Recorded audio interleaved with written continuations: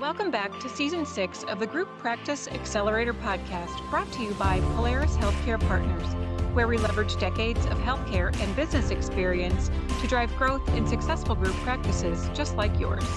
If you're a healthcare entrepreneur and you're interested in building, scaling, or exiting your group practice, you've found not only the industry's leading resource for business education, but a team of trusted advisors dedicated to helping you achieve and exceed your goals.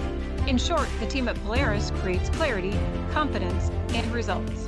I'm your host, Jamie Falasz, and the Group Practice Accelerator podcast is on the air. Hey everyone, thanks for joining us again this week because we're going to cover something very timely that's been coming up in questions from our audience, stemming from recent podcasts around legal, the sale of your practice, and real estate. And that's the subject of leases. Now, as you know, our team works with clients during the entire life cycle of the business, from those looking to expand their footprint all the way to taking you through your sale, with a lot in between, of course. And we know that leases are often a part of that equation, and they can be tricky. So we want to take a close look at how founders need to be thinking when they expand their organizations and what they need to consider around the eventual sale of their business. Like, what kind of lease is right for me? How does my lease impact the value of my business? What if I have a triple net lease and I want to sell my practices? And can a landlord throw a wrench in my sale? These are all really valid questions that we get, and they deserve answers. And since we have several more questions to get to on top of those that I mentioned, we're going to get right to it. And who better to talk us through how to look at leases than our founder and CEO, Diwakar Sinha, who sees these day in and day out, and I'm certain has seen just about every scenario under the sun when it comes to managing this aspect of the business. Diwakar, welcome back to the show. Jamie, thanks for having me. So lots to cover here today, and we've been getting a ton of questions in response to some recent podcasts. So can we start with maybe a look at the types of leases? Let's go over that first, if you don't mind. So traditionally, there's three types of leases. One is a gross lease, whereas you're just deferring all the CAM expenses to the landlord, right? One is going to be what we're starting to see more and more common over the last 5 to 10 years, if not even a little bit longer, is a triple net lease. Yeah. And then there's an absolute triple net lease. So there's even a step into that. And effectively, an absolute, let's say, well, first of all, triple net lease is that you're taking over the space. Depending on the lease, typically responsible for all the CAM charges of property taxes and insurance and maintenance. That's of course pro rata allocated to you based typically, again, language matters in the lease, on your lease, and it's going to probably fluctuate up or down a little bit. Example, if you're up in Boston, Massachusetts, year over year is going to probably change, and that's going to change your CAM charges for those few months, right? Property taxes tend to be stable. Of course, they're going to escalate slowly. Insurance is going to escalate slowly. So I think you can anticipate that with the escalation in your lease. And then the last one is the absolute triple net lease, whereas you're responsible for everything. Whereas difference between an absolute and a triple net is, in a triple net, major things, structural things, like an HVAC, depending again how your lease is written, a responsibility of the landlord. And then in an absolute triple net, they're going to be written in the fact that you are responsible for everything. So insurance requirements change. A lot of things change in an absolute triple net lease. Maybe this is a dumb question, Diwakar, but why would I sign something like that? What's the benefit to me as a founder with a triple net lease or an absolute triple net lease? I need to understand that a little better. Yeah, so I think in a triple net lease, that's what you see typically in a most real estate situations from landlords out there. Some landlords, again, some founders may be looking at a transacting to a healthcare REIT or healthcare platform, or the landlord you're looking at a space with may have transacted to a REIT or a different real estate buyer, where the terms of that might be that it is going to be absolute triple net under that asset. So in that case, you're typically looking for, if you're a founder owner and you're taking a deal to market, you're looking for a higher cap rate, and absolute triple net does potentially give you a higher cap rate from an investor lens, because again, all the expenses are deferred to the tenant. It could be as extreme as, if the building burns down tomorrow, that is your responsibility. Yeah. So can you offset that? Yeah, just have to get different insurance that covers cost to rebuild and all these things for those issues, and consider the increase in insurance premiums that might be different than a lease, and then also the deductibles that might be associated with it. So I think those are things to consider when you are facing an absolute triple net. On the sell side, I do want to comment additionally, it's really hard that if you're in a space that has an absolute triple net, to find the breadth of buyers out there Mhm. that you need to run a full process, because majority of them are going to be somewhat conservative on the approach of taking on an absolute triple net lease for the reasons I just mentioned. Yes.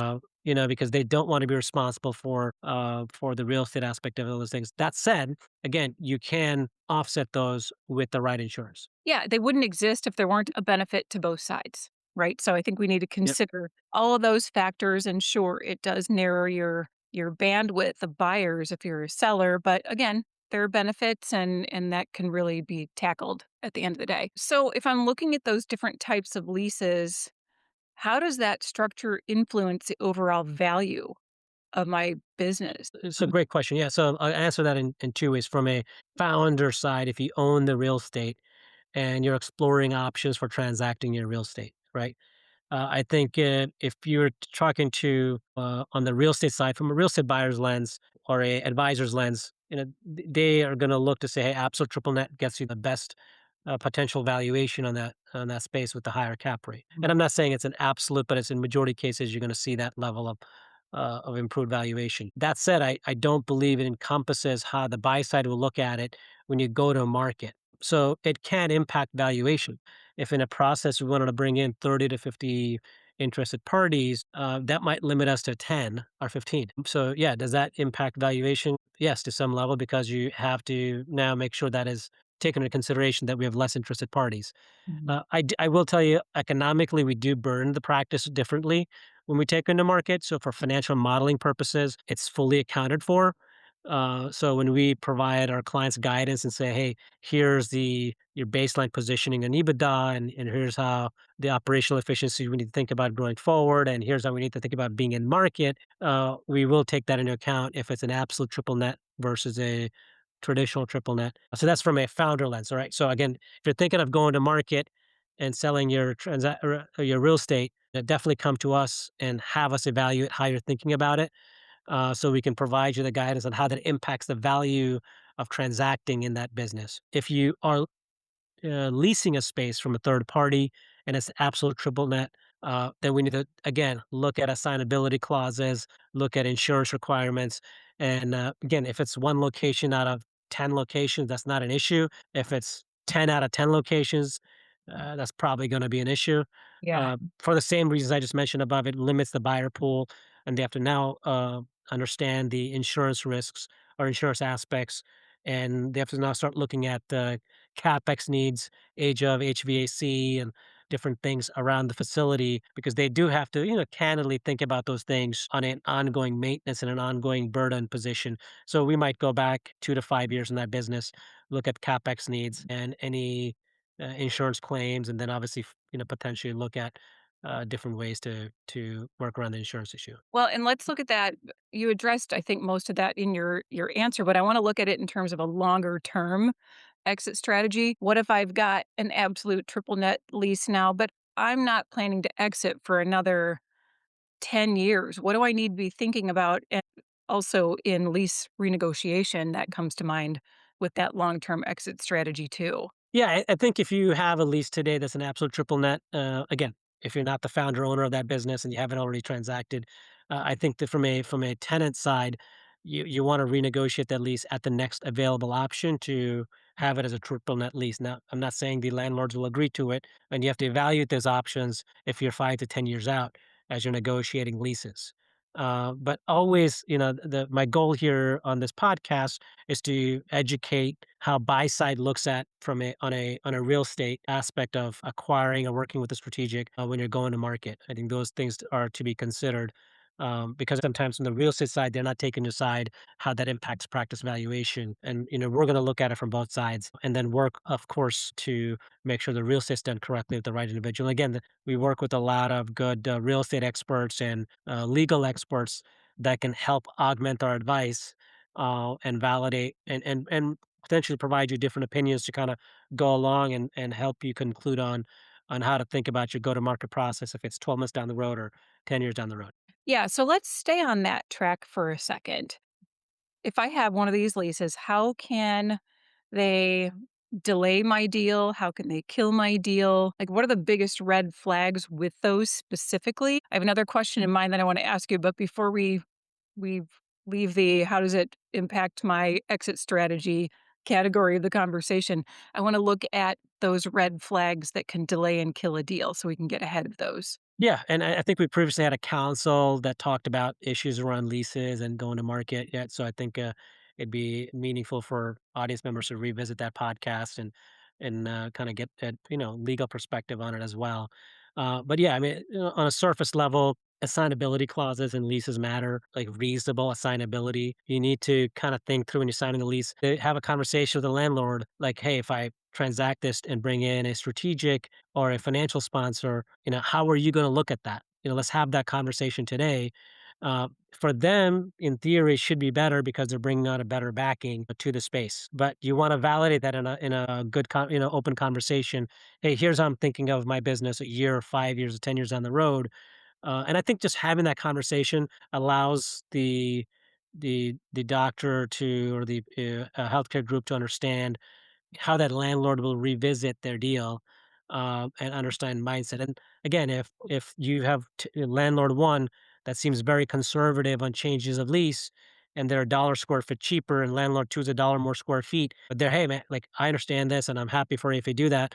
I'd rather pay the dollar square feet more to have a landlord that allows for a more successful transaction than have to think about that. Again, all of that has to be taken into EBITDA calculations and all those things. But to answer your question, a landlord can be a meaningful stopgap in the deal. Yeah, that was one of my Because initial questions is how yeah, much power do they really have over uh, delaying that transaction? And I'm assuming that's a fair bit, right? yeah, a meaningful amount, right? So if again, which matters in how you've written your current lease. So if you have the right language written in your lease as far as assignability, I think you're somewhat okay. But I would still have that conversation around it.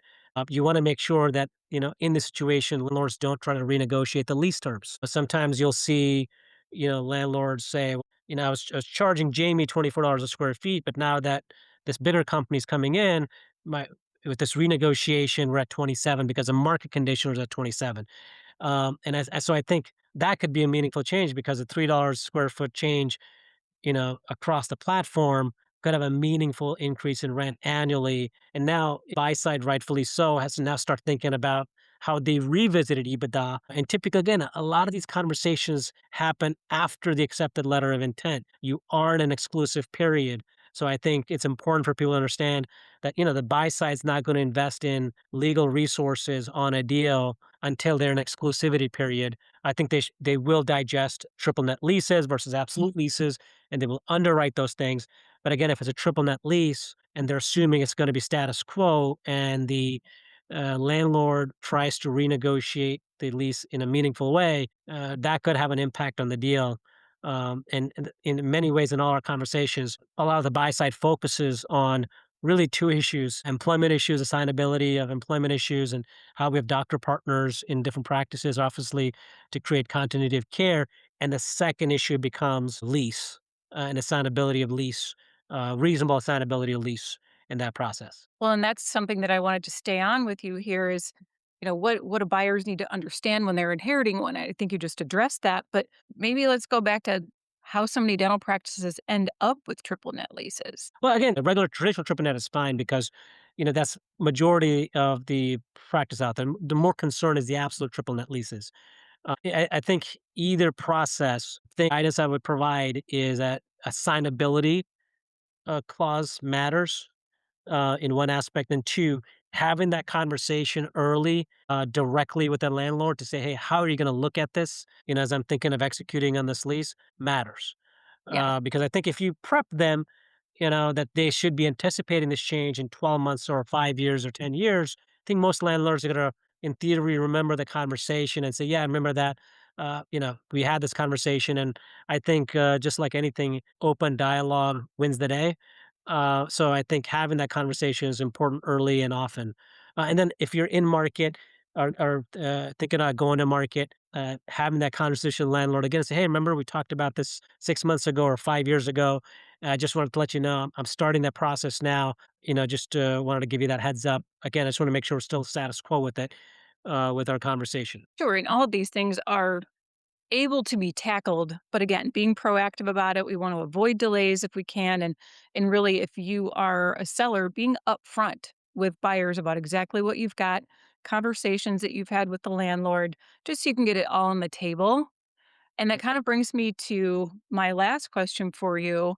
And we've talked a little bit about this sort of throughout the podcast today. What else can founders do to prepare right now for a future sale when it comes to their leases and that type of space? I mean, a few things, right? Obviously, have number one, review their leases Yeah. that they're looking at. In our multi mastery course we have coming in October, we're going to focus on leases a little bit in Right. that event. Those are the people that are thinking of de novos and acquisitions as they grow. So I think attending that event, I think will provide you a little more in depth guidance as thinking about leases as you expand.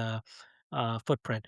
But if you have leases today, I think they typically tend to sit in a data room or a drawer, not being ever looked at, just like probably operating agreements for majority Yeah. of principals. So I always recommend look at that every a couple of years, if not every year, just to kind of refresh yourself on where you are. But yeah, look at those leases, look at the language in those leases. Either go to your counsel or come to us and have us evaluate and say, hey, I'm thinking of going to market in 12 months or 5 years. How does this look? And one, we can look at it from a business lens. And if we need to involve counsel on a legal end, we can obviously involve counsel on a legal end to the extent that they can help you modify that lease, or a real estate expert that could be on the advisory side that could help you renegotiate that lease. Yeah, a little light reading for your weekend, but it's worth it to go through those legal documents every once in a while and pull us into that. Send it to us. We can have that conversation, involve your legal counsel, and really get ahead of the situation. I And then think, one last thing on that, yeah. I would also look at escalator clauses, right? I think how you structure escalator clauses and renewal clauses matter. So, some people might be a year out from exiting their lease. If they have renewal options, that's fine. Just execute on your renewal option and look at those things. But I think some people at the end of the lease say, do I need another 10-year lease to go to market? I think renewal options matter more than the term of the lease, because inclusive of all renewals is what we're focused on. Okay, tell us about those clauses that you mentioned for those that might not be familiar with it. Well, one is an option to renew the lease, and one is an option to renew at a predetermined process. I think the majority of leases, again, are the first option, whereas basically it says, okay, Jamie, you have a 10-year lease with me, and you have the option to renew the lease at market rate. Okay, and that's fine. Again, I'm not saying that's a negative thing, but now market is subjective. Okay, Yes. what that's going to look like. Now, don't get me wrong. I think from a landlord lens, I think they're going to try to keep you as a tenant, and having the right advisors can make sure you're in a good position there. But you do leave some positions exposed by that language. The other position to effectively negotiate and have in your existing lease is have a predetermined increase.